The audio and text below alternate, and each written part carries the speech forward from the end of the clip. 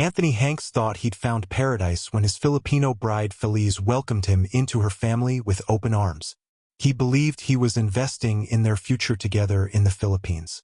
What started as love letters from Cebu City would end with a devastating revelation that shattered everything he believed about trust, family, and the difference between being needed and being loved. Anthony Hanks pressed his face against the cold window of his Phoenix apartment, watching his neighbor's grandchildren play in the courtyard below. At 68, his own grandchildren lived thousands of miles away, and his phone hadn't rung in 3 weeks. The silence in his small retirement home felt like a prison sentence. His weathered fingers moved across the laptop keyboard, scrolling through dating profiles of women half his age who wanted nothing to do with a retired construction worker. Then her message appeared like a bright star in a dark sky. "Hello, Anthony. Your smile reminds me of my late father. You seem like a man with stories to tell." The woman in the photo had kind eyes and graying hair pulled back in a simple bun.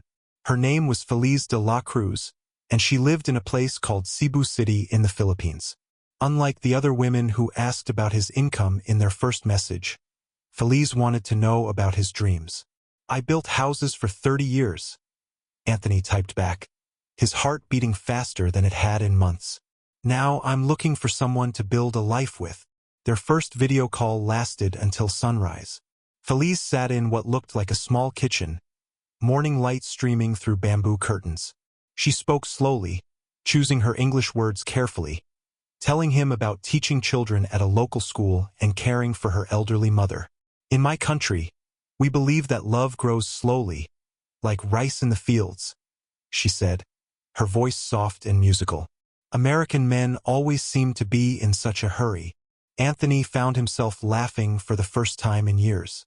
"Maybe that's why my first marriage didn't work out. I was always rushing to the next job, the next deadline." As weeks turned into months, their daily conversations became the highlight of Anthony's existence. Feliz would call him after her teaching day ended, and he would wake up early just to catch her before she started cooking dinner for her family.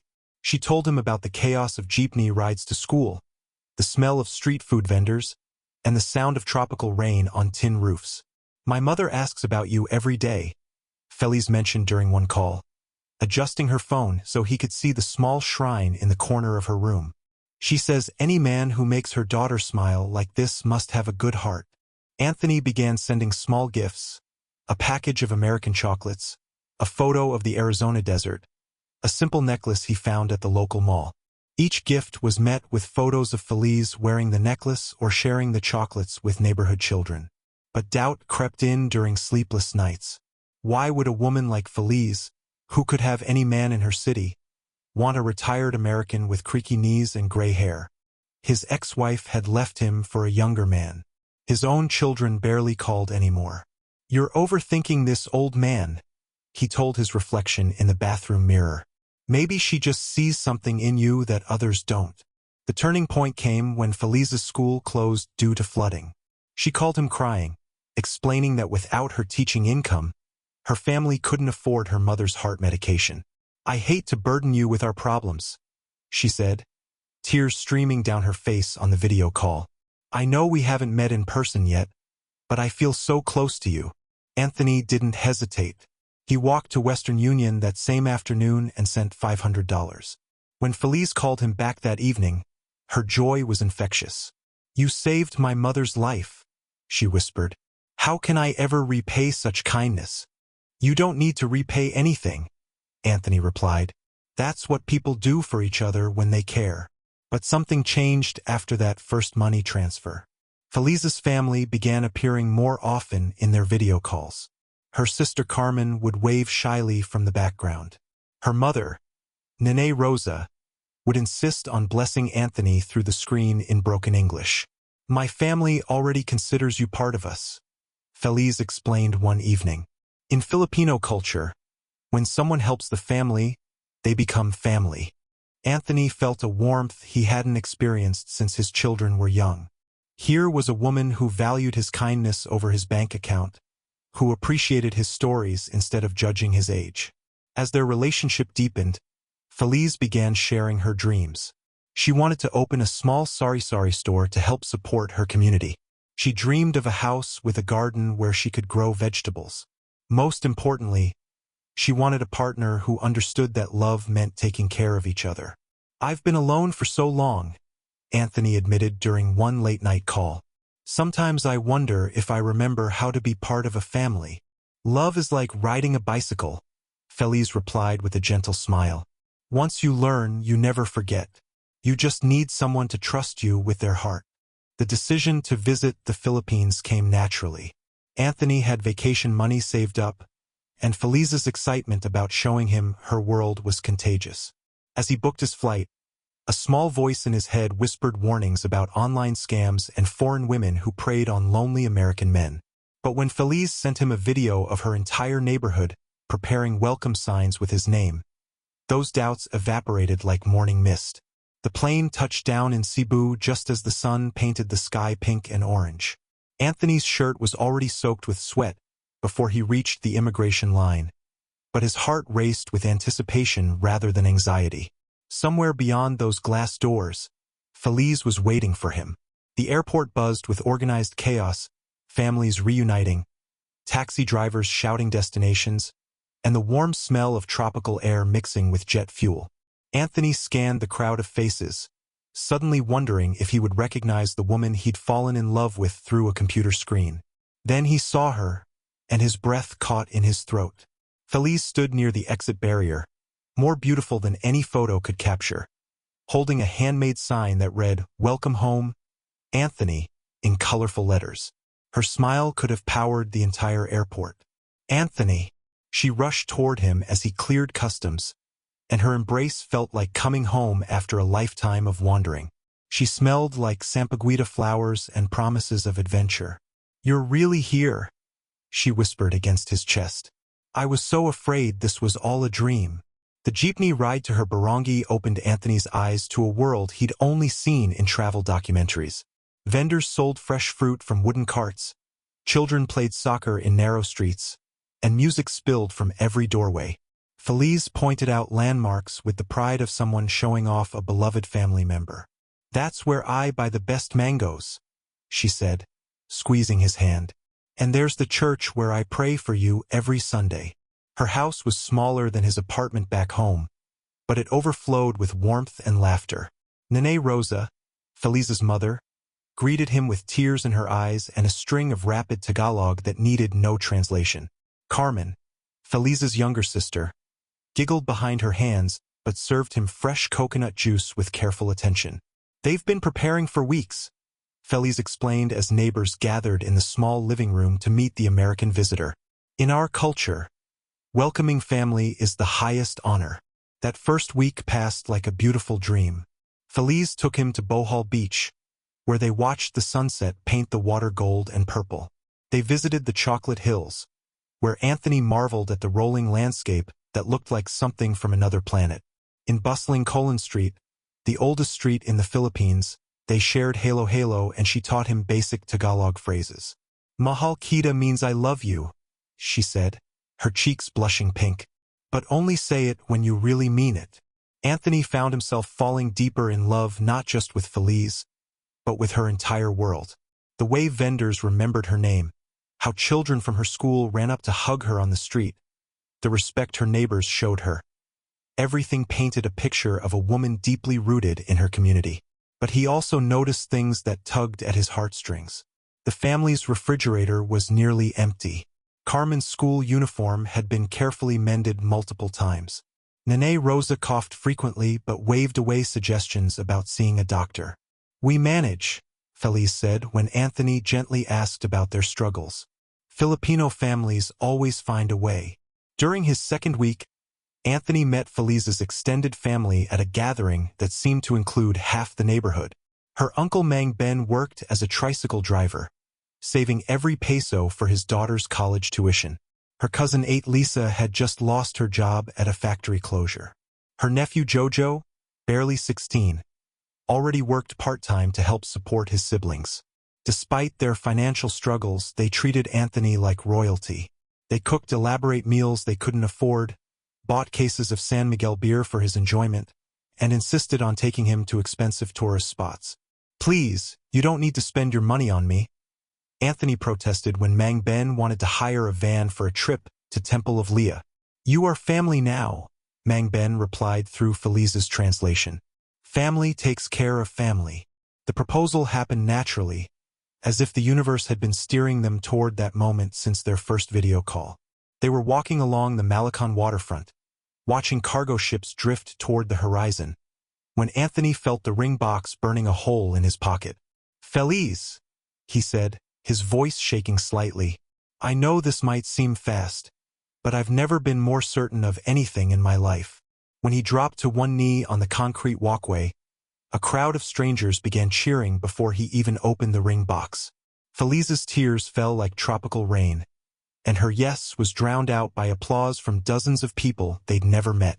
In the Philippines, when someone gets engaged, the whole community celebrates, she explained later as neighbors brought them flowers and small gifts.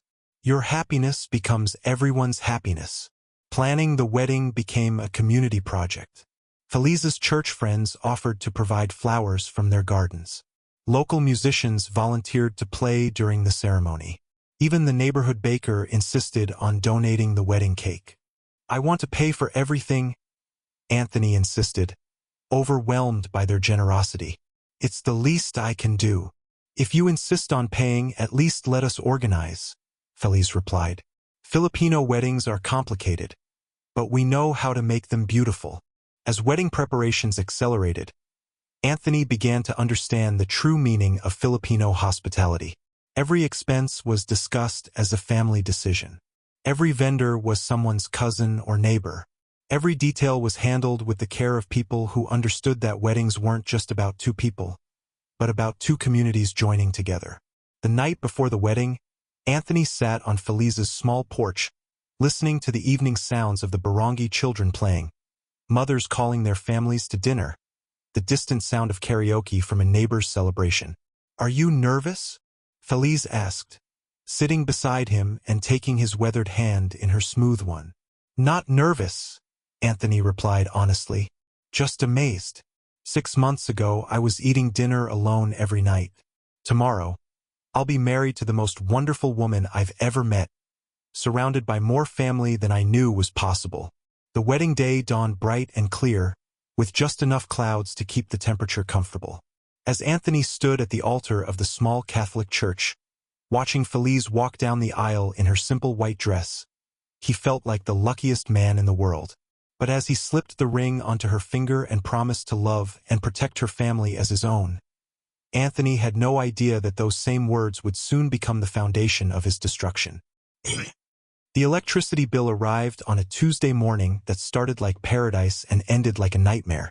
Anthony sat in their small kitchen, sipping coffee made from beans Feliz bought at the local market, watching roosters strut through their backyard garden.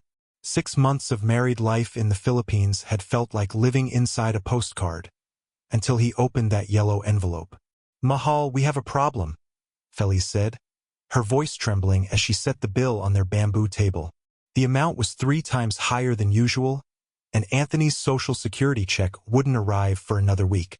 But before he could worry about electricity, Feliz's phone rang with news that made the power bill seem like pocket change. Nene Rosa had collapsed at the neighborhood clinic, and the doctor was demanding immediate payment for emergency tests. "They won't treat her without money up front," Feliz cried, clutching Anthony's arm. "The doctor says her heart is failing, and she needs surgery in Manila. 50,000 pesos or she could die." Anthony didn't hesitate. Within an hour, he was at the Western Union office, wiring $15,000 from his retirement account. The relief on Feliz's face made every penny feel worth it, and Nene Rosa's grateful tears when they visited her in the hospital melted his heart completely. "You are more than a son-in-law," the elderly woman whispered in broken English, squeezing his hand with surprising strength. "You are my savior." But the medical emergency was just the beginning. 2 weeks later, Carmen appeared at their doorstep with red eyes and a crumpled letter in her hands. "The nursing school raised their tuition," she explained through sobs. "If I can't pay by Friday, they'll give my spot to someone else. I've worked so hard for this dream." Feliz translated rapidly between English and Tagalog as Carmen explained how competitive nursing programs were, how this opportunity might never come again, how the family's future depended on having a nurse who could work overseas and send money home. Another $10,000 flowed from Anthony's account to secure Carmen's education. The young woman's joy was infectious, and her promise to repay him someday felt sincere and heartfelt. Then came the roof repairs. The rainy season arrived with a vengeance, and their small house leaked like a broken bucket. Water dripped into pots scattered across their bedroom floor, and the constant ping-ping-ping kept Anthony awake at night. "The whole roof needs replacing," explained Mang Ben, Feliza's uncle, as he climbed down from his inspection. "The wood is rotten, and the metal sheets are rusted through. If we don't fix it now, the whole ceiling could collapse." $8,000 later, their house had a new roof that gleamed silver in the afternoon sun. But Anthony noticed that his bank balance was starting to look smaller each time he checked it. The medical bills kept coming. Nene Rosa needed special medications that weren't available in Cebu. Feliza's aunt in Manila required treatment for diabetes. A distant cousin's child needed emergency surgery after a motorcycle accident. Each crisis arrived with tears, desperate phone calls, and family meetings conducted entirely in rapid Tagalog that Anthony couldn't follow. In Filipino families, when one person suffers, everyone suffers, Feliz explained after each new request for help. And when one person can help, everyone expects them to help. Anthony began to understand the weight of being the family's financial lifeline. Every celebration, every crisis, every opportunity seemed to require his involvement. When Carmen graduated from her nursing program, the family threw a party that cost $3,000.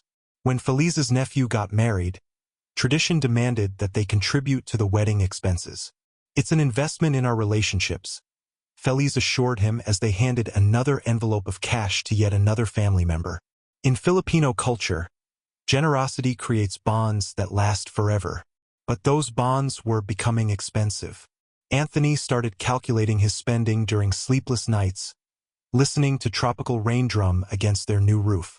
In 18 months, he had spent nearly $80,000 on family emergencies, education, medical bills, and celebrations. Still, the requests kept coming with the regularity of the afternoon thunderstorms. Feliz's brother needed money to start a small business. Her cousin required funds to fix his tricycle so he could keep working. The neighborhood school needed donations for new textbooks. "Sometimes I feel like an ATM machine," Anthony confided to Feliz one evening as they sat on their small porch, watching children play in the street. "What's an ATM machine?" she asked, genuinely confused. "Never mind," he replied, realizing that even his complaints were lost in translation. The first real warning sign came when Anthony tried to access his investment account online. The internet connection in their barangay was slow and unreliable, cutting out whenever it rained hard. After 3 frustrating hours at the local internet cafe, he finally logged in to discover that his retirement fund had shrunk to less than half its original size. "This can't be right," he muttered, staring at the screen in disbelief. The numbers seemed impossible, like a mathematical error that would surely be corrected. But the numbers were correct. Every wire transfer, every Western Union payment, every emergency withdrawal had been carefully recorded by the bank. His lifetime of savings was disappearing faster than ice cream in the Philippine heat. That night, Anthony lay awake calculating and recalculating. At this rate, his money would be completely gone within a year. But every time he considered talking to Feliz about cutting back on family support, another crisis would arise that seemed too urgent to ignore. The breaking point came when Feliz announced that her youngest sister needed surgery to remove her appendix, and the family had already borrowed as much as they could from neighbors and relatives. "We've asked everyone we know," Feliz said, tears streaming down her face. "You're our last hope. Without this surgery, she could die from infection." Anthony found himself at the Western Union office again, sending another $8,000 overseas. But this time, something felt different. The clerk behind the counter gave him a look that seemed almost pitying, as if she'd seen this story play out many times before. Walking home through the crowded streets of Cebu, Anthony began noticing things he'd ignored before. Other aging foreign men sitting alone in restaurants, looking lost and broke. Filipino women arguing with bank tellers about failed money transfers. Western Union offices that seemed to operate like assembly lines, processing the financial dreams and disasters of international relationships. When he arrived home, he found Feliz on the phone with her sister, speaking in rapid, excited Tagalog. She looked up at him with shining eyes and mouthed "thank you" before returning to her conversation.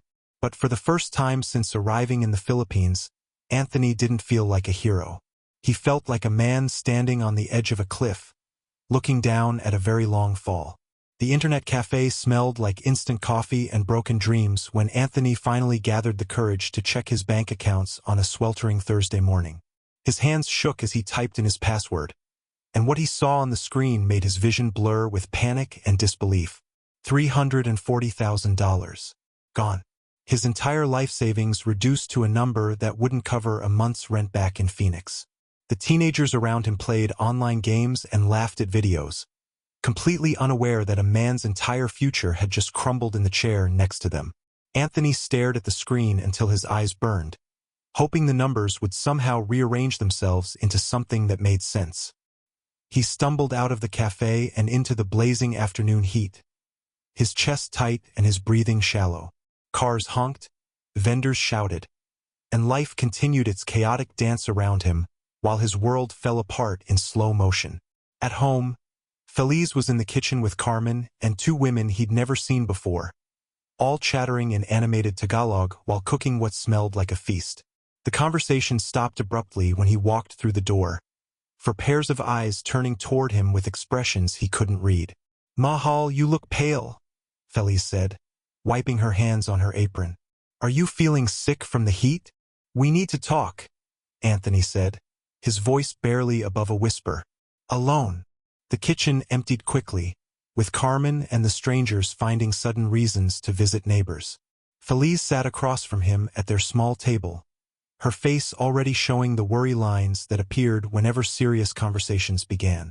"The money is gone," Anthony said simply. "All of it."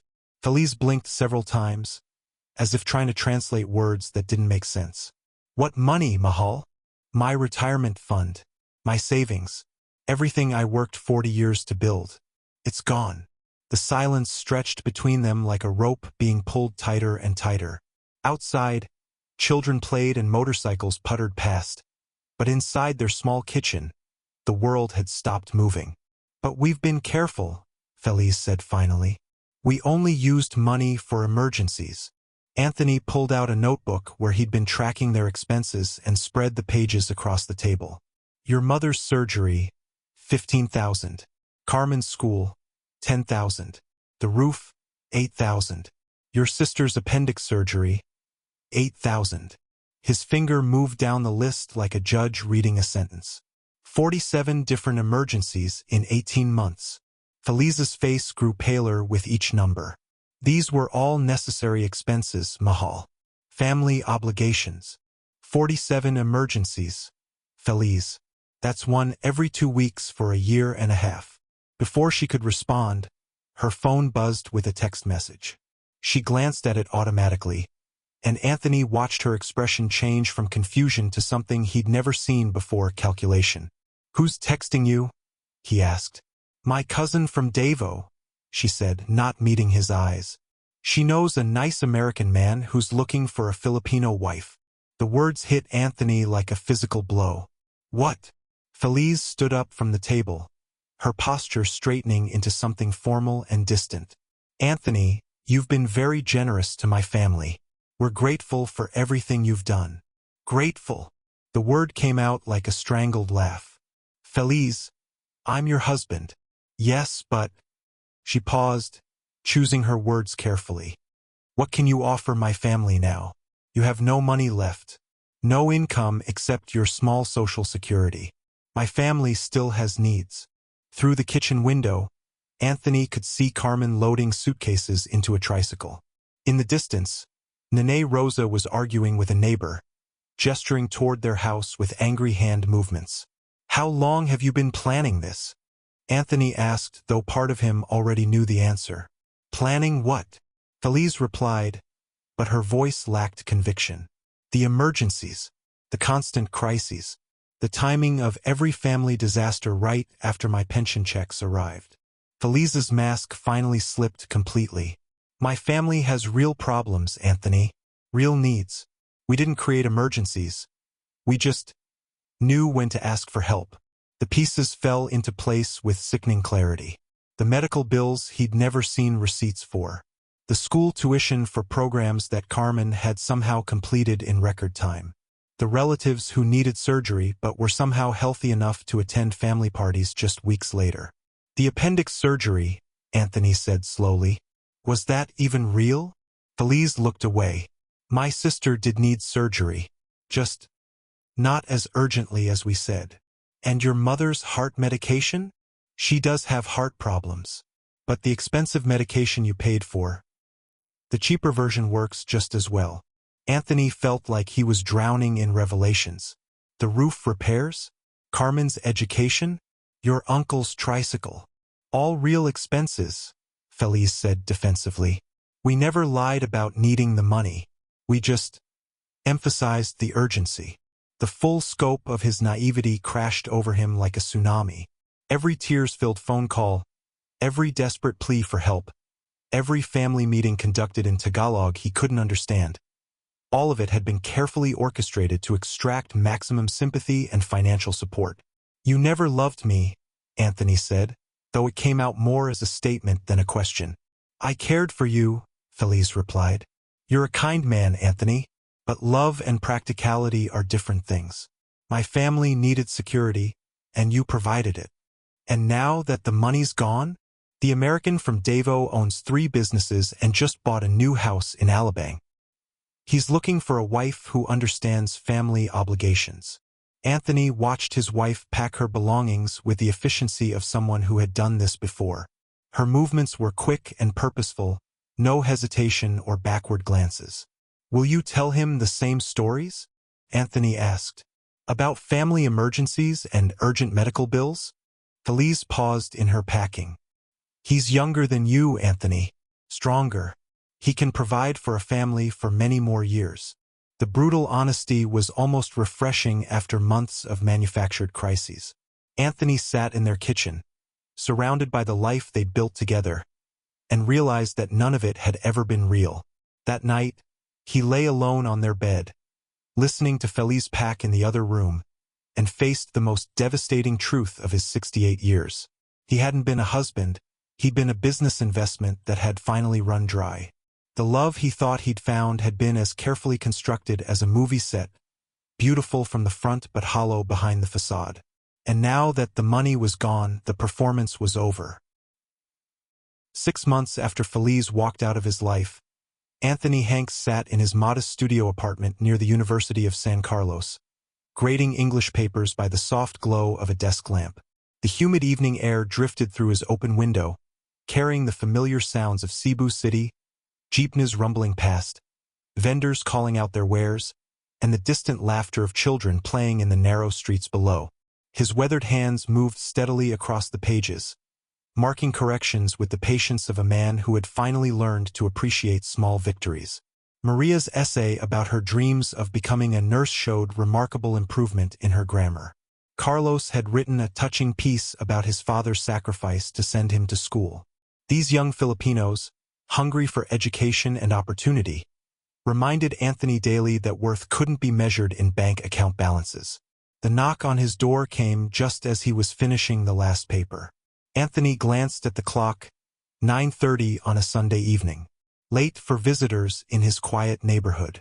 Feliz stood in the hallway, thinner than he remembered, wearing a simple dress that had seen better days. Her eyes, once bright with calculated warmth, now carried the hollow look of someone whose carefully laid plans had crumbled. Anthony, she said softly, her voice barely above a whisper. May I come in? He stepped aside without speaking, gesturing toward the small plastic chair near his desk. His apartment was sparse but clean. A single bed, a tiny refrigerator, and shelves lined with English textbooks and student papers. The contrast to their former home couldn't have been more stark. Feliz sat carefully, her hands folded in her lap like a penitent child. "I made a mistake," she began, the words tumbling out in a rush. "The man from Davo, he wasn't what I expected." Anthony remained standing, leaning against his desk with his arms crossed. The silence stretched between them, filled with the weight of everything left unsaid during their marriage. "He was married," Felice continued, her voice cracking slightly. "His wife lives in America, and he was just looking for entertainment while she was away. When she found out about me, he threw me out with nothing." She told him about the months that followed, staying with relatives who barely tolerated her presence, working as a sales clerk in a department store for wages that barely covered food, watching her family's debts multiply as their American benefactor disappeared from their lives. "We lost the house," she said, tears beginning to flow. "The one you helped us buy. My mother is living with my aunt now, and Carmen had to drop out of nursing school. Everything fell apart after you left." Anthony listened without interruption, studying the woman who had once been the center of his universe.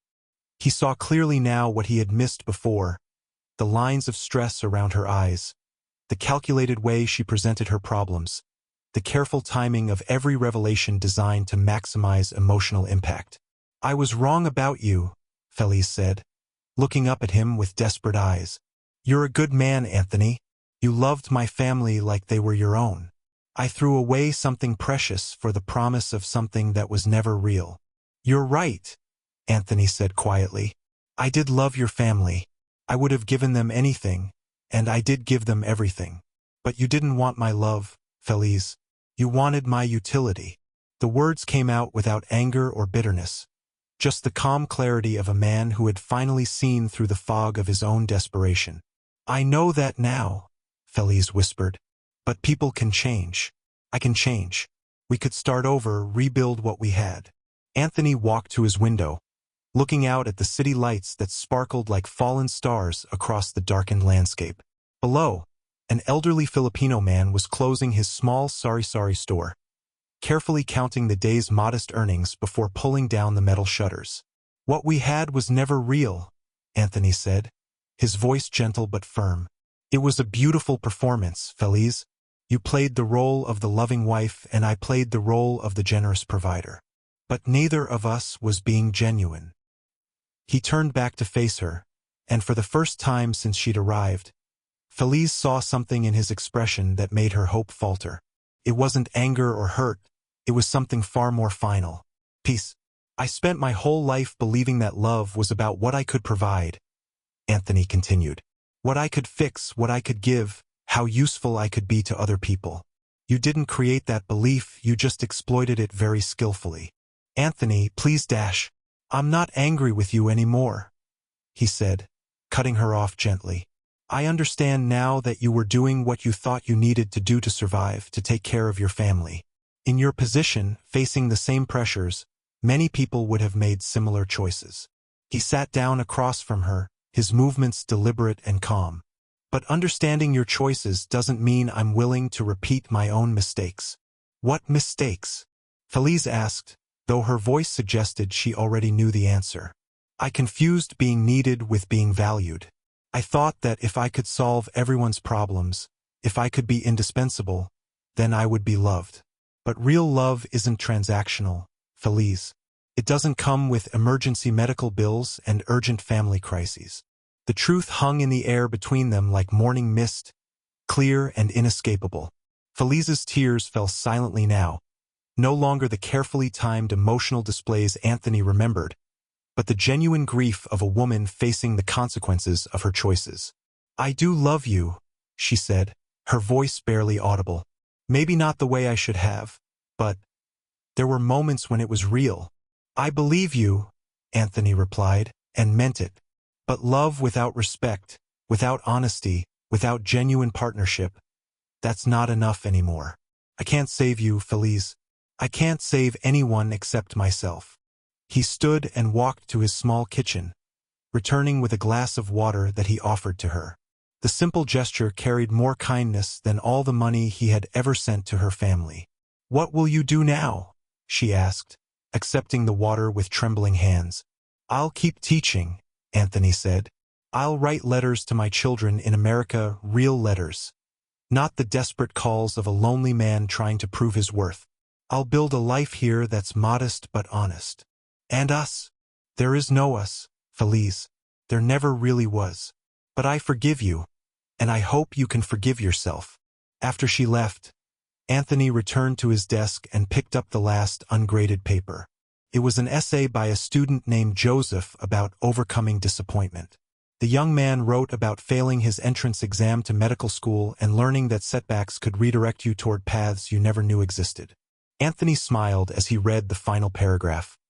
"Sometimes the greatest gift is not getting what you thought you wanted, but discovering you are stronger than you knew when those dreams break apart." He wrote excellent work in the margin and added a smiley face, something he never would have done in his previous life, when he was too concerned with maintaining dignity and authority. The next morning, Anthony walked to the pier where cargo ships drifted like distant islands on the horizon. The sunrise painted the sky in shades of gold and coral, and seagulls called to each other in voices that sounded almost conversational. An elderly Filipino man sat on the bench beside him, feeding breadcrumbs to the gathering birds. "Beautiful morning," the stranger said in accented English. "Yes," Anthony replied, meaning it completely. "It really is." He thought about his students, who valued his knowledge and patience without caring about his bank balance. He thought about the small apartment that was his alone, free from the constant pressure of manufactured emergencies. He thought about the peace that came from knowing exactly where he stood in the world. At 68, Anthony had finally learned the difference between being needed and being respected, between being used and being valued. The money was gone, the marriage was over, but what remained was somehow infinitely more valuable. A man who finally understood his own worth. The sun climbed higher, burning away the morning mist, and Anthony sat with the quiet contentment of someone who had discovered that the most important relationship he would ever have was the one with himself. Sometimes the greatest victory wasn't winning someone's love, but learning that you were complete without it.